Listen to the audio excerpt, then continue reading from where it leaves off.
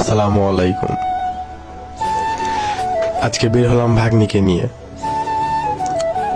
বেশ কিছুদিন ধরেই নানুর কাছে আবদার করত রেড কালারের সাইকেল নেবে। এই বাইনারি জেদ ধরে হুট করে কালকে রাতে আব্বু ওর জন্যে রেড কালারের একটা সাইকেল নিয়ে আসে। সে তো মহা খুশি। রাতে নিয়ে আসার কারণে রাতে আর সেভাবে চালাতে পাই নাই। বাসার মধ্যে এমনি অল্প চালিয়েছিল, তাই সকাল হতেই বায়না ধরেছে বাইরে যাবে সাইকেল চালানোর জন্য। তাই তো ভাগ্নিকে নিয়ে বাইরে আসলাম। ওর সাথে পরিচয় করিয়ে দিই।